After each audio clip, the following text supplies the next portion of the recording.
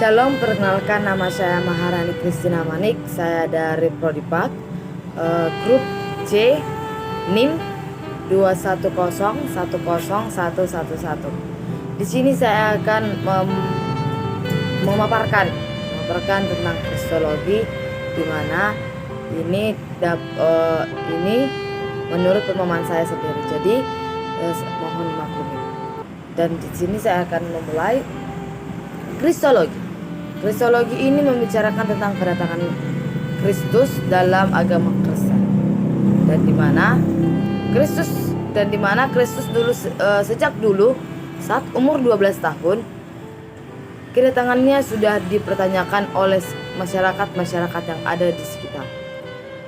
Nah, di sana juga pernah dikatakan dan pernah ditanyakan oleh seseorang, siapakah anak ini? Nah, di sini ia sebenarnya anak Allah yang sudah dikandung oleh Maria. Nah, di situ ia juga mengakui bahwa dia adalah anak Allah, tetapi masyarakat yang di sana tidak mempercayai bahwa Yesus Kristus itu adalah anak Allah. Dan di sana juga, dan saya juga mengambil dua poin tentang pembicaraan tentang kedatangan Yesus Kristus, yaitu yang pertama membincangkan tentang dalam kebenarannya dan memperbincangkan yang tidak dalam kebenaran, karena mereka masih bingung dan masih mempertanyakan asal usul anak ini. Tetapi dengan adanya Maria dan Yusuf, itu sudah menandakan kalau dia ini adalah anak dan Maria dan Yusuf. Tapi tetap Yesus Kristus masih tetap mengakui dia bahwa Allah anak Allah. Dan di sana dan di situ juga Yesus juga membuktikan tentang kemanusiaannya Allah, atau tentang pentingnya kemanusiaan Kristus, yang dimana satu, karena yang berdosa adalah manusia, maka yang menebus juga harus tetap anak manusia. Yang kedua, supaya bisa menjadi pengantara antara Allah dan manusia. Yang ketiga, supaya Yesus dapat bersimpati terhadap manusia dan mau dicobai oleh iblis. Dan yang keempat, supaya menjadi teladan bagi umat manusia. Nah, di situ kita dapat mempercayai akan adanya dia, karena ia sudah membuktikan tentang kemanusiaan Kristus di dalam umat manusia. Dan dari situ juga kita percaya bahwa dia adalah anak Allah. Dan di situ dan selain kemanusiaan Kristus, saya juga merangkul tentang keilahian Kristus. Yang pertama, supaya Yesus taat sempurna kepada Bapa. Yang kedua, supaya kematiannya memiliki penebus yang tidak terbatas.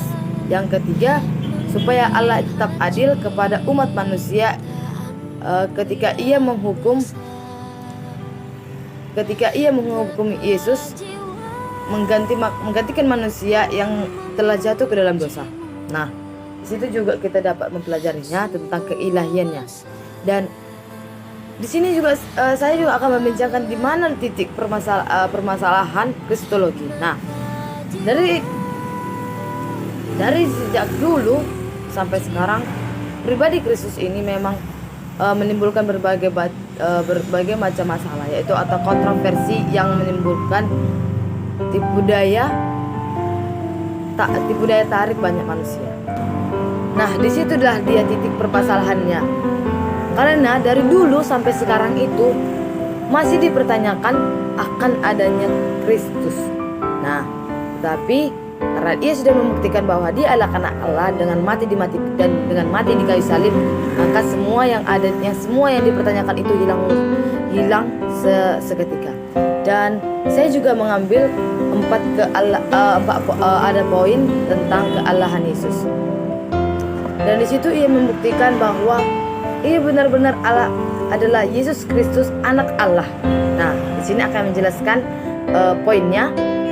Sewaktu Yesus disalibkan, Yesus tidak menampakkan bahwa ia adalah anak Allah, dan pada waktu mati di kayu salib, tetapi ia juga harus tetap mati sebagai anak Allah, karena ada dikatakan di dalam pentingnya kemanusiaan Allah itu bahwa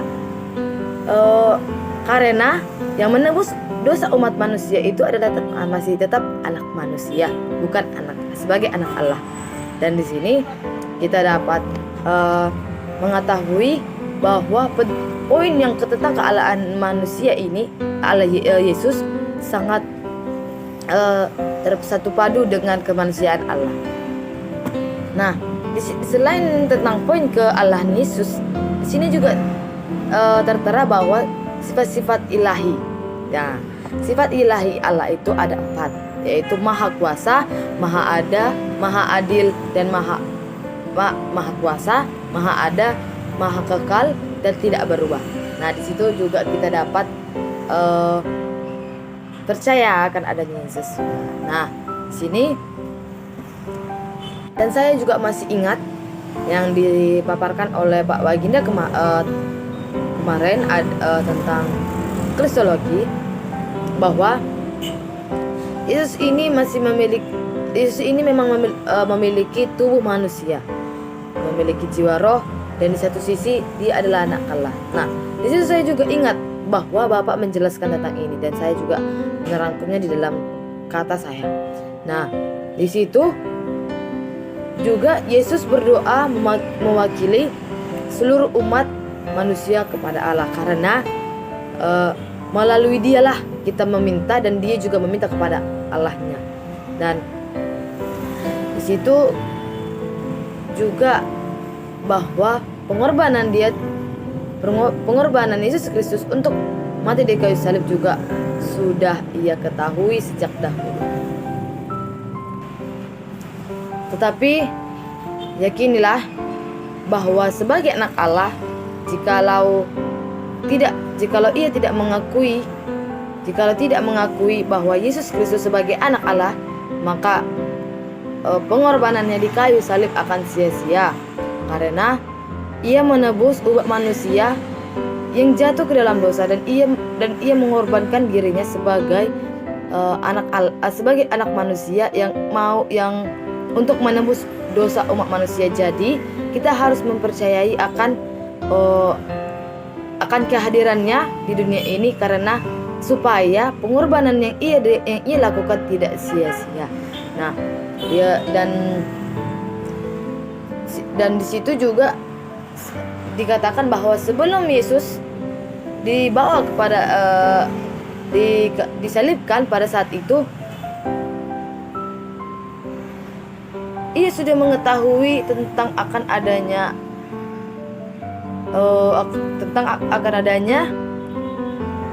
bahwa ia sebentar lagi akan disalibkan. Nah, di situ ia juga sudah pasrah dengan apa yang sudah terjadi, dan ia tidak mau memutarkan kembali apa yang akan terjadi, karena memang itulah yang sudah ditentukan dalam hidup Yesus Kristus sendiri. Maka kita sebagai umat manusia harus percaya akan mukjizatnya, kebenarannya, dan setiap dan firman-firman yang ia beritakan dalam Alkitab.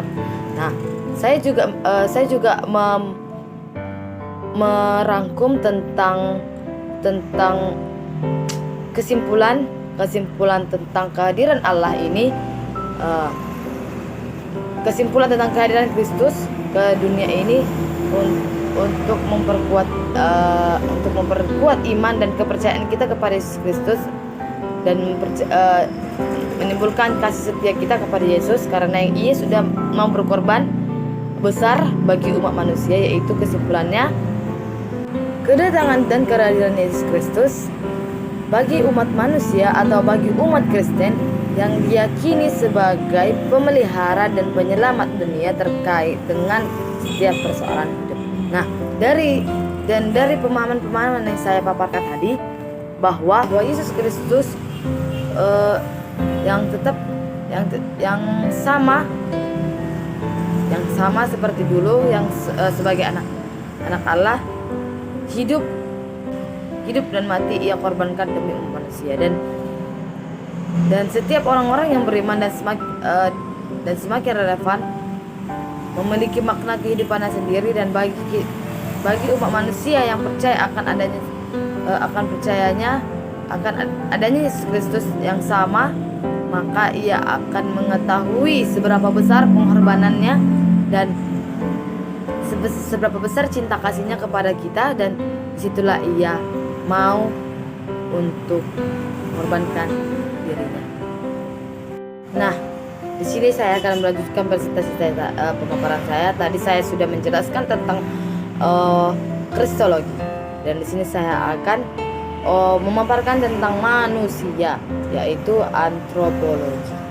Di mana antropologi ini sendiri terkait dari bahasa Yunani atau dari kata Yunani, yaitu anthropos yang berarti manusia, dan logos yang berarti kata atau pembicara. Jadi jika bisa dikatakan antropologi ini adalah berbicara tentang manusia. Nah, istilah antropologi ini dapat disebut juga sebagai studi, berbicara tentang studi, sebagai studi tentang manusia dari sudut pandang kita dan Alkitab, ataupun tunjukkan pada studi tentang manusia dalam lingkungan kultural. Nah, antropologi Kristen ini, menurut yang saya ketahui, bahwa mempelajari prinsip tentang manusia. Menurut prinsip Kristiani yang menyatakan bahwa manusia adalah makhluk yang diciptakan Allah sesuai dengan gambar rupa Allah, dan taat kepada Allah dan berharga dalam pandangan Allah. Nah, dan terakhir dapat melakukan hal yang baik dan benar serta memiliki rasa solidaritas. Nah, di situ antropologi ini bisa dikatakan serupa dengan gambar Allah. Sifatnya juga sama, tetapi perbuatannya belum tentu bisa sama, karena di zaman dulu perbuatan Yesus Kristus dan pembuktian yang dia lakukan semasa itu semuanya murni dengan melakukan hati yang bersih, perilaku yang baik, dan karakter yang baik. Dan ia juga menunjukkan bahwa dia memang disebut sebagai anak Allah. Nah, di situ manusia belum tentu bisa sesatu sifat dengan Allah, karena manusia ini terkadang sifatnya berpindah-pindah dan tidak menentu. Terkadang ia mau berbuat baik hanya untuk si satu orang. Nah, di situ Yesus tidak memandang siapa orangnya, dan dia orang apa, dan setinggi apa orang itu, tetapi Yesus memandang orang ini sama dan tidak membeda-bedakan orang, dan Yesus juga menolong orang ini sama. Nah, dan di situ juga manusia juga kadang hatinya ini keras, dan terkadang juga dibilang sombong dan juga munafik. Karena setiap orang yang ada di dunia ini belum tentu bisa dikatakan tidak munafik dan tidak sombong. Nah, di situ juga kita dibilang kita berharga di pandangan Allah. Nah, kita semua memang berharga di pandangan Allah, tetapi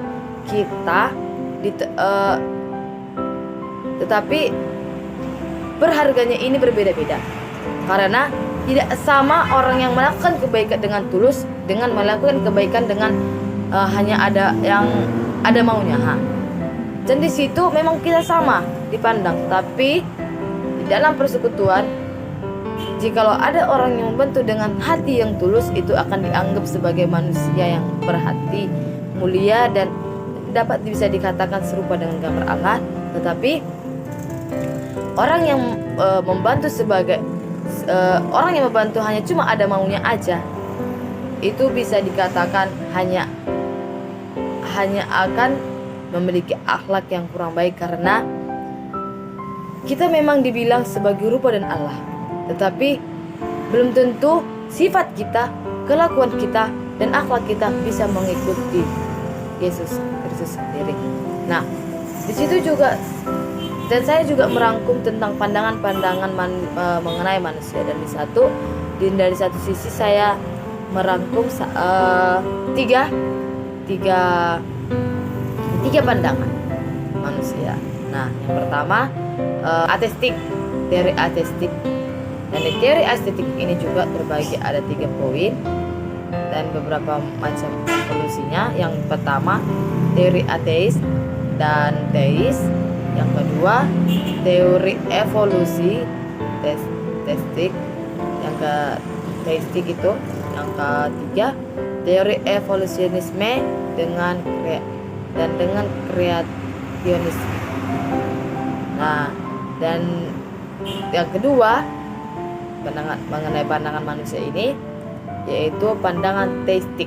Nah, yang ketiga tentang pandangan Alkitab. Karena setiap pandangan pasti memiliki ciri, sifat, dan tujuan yang berbeda. Nah, saya juga merangkum ada beberapa bahwa manusia sebagai gambar rupa Allah. Gambar rupa Allah memang diciptakan sebagai ciptaan yang paling mulia di dunia, paling mulia, dan mahkota yang dan manusia adalah mahkota dari seluruh ciptaan Allah. Nah, menurut pemahaman saya tentang teori gambar dan rupa Allah ini memang agak kompleks, karena banyak pemahaman yang didukung oleh teolog-teolog pada abad ke-20, yaitu pandangan-pandangan yang berusaha menolak pandangan ortodoks yang dianut selama berabad-abad oleh para pemikir-pemikir Kristus. Dan di situ saya juga merangkum tentang pandangan Martin Luther. Nah, tentang pandangan Martin Luther ini tentang mengenai gambar dan rupa Allah. Nah, di situ ia mengatakan gambar dan rupa Allah tidak akan dilihat melalui penampilan fisik manusia atau bisa dikatakan kekuatan rasional atau moral, tetapi melainkan melalui kebenaran dan artinya. Nah, di situ bisa dikatakan bahwa gambar dan rupa Allah ini tidak dilihat melalui penampilan fisik, tetapi melalui kebenaran aslinya. Nah, di situ kita dapat mempercayai bahwa yang ia lakukan dulu itu, yang ia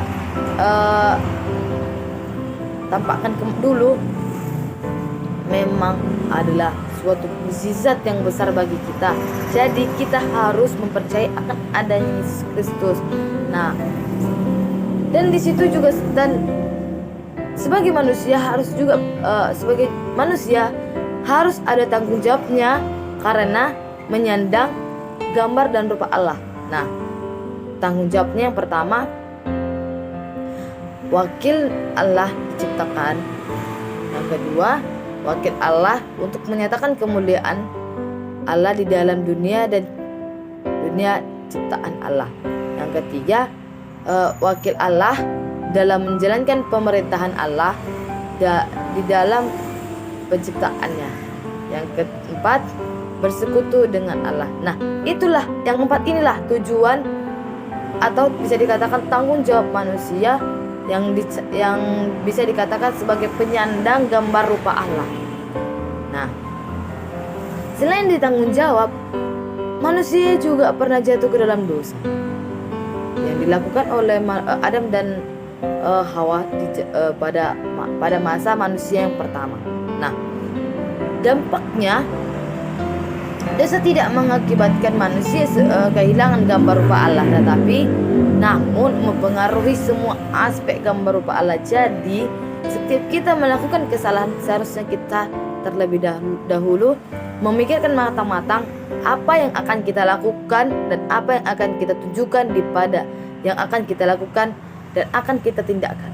Nah, di situ saya telah selesai memaparkan tentang pemaparan saya dan atau menurut saya tentang antropologi dan kristologi.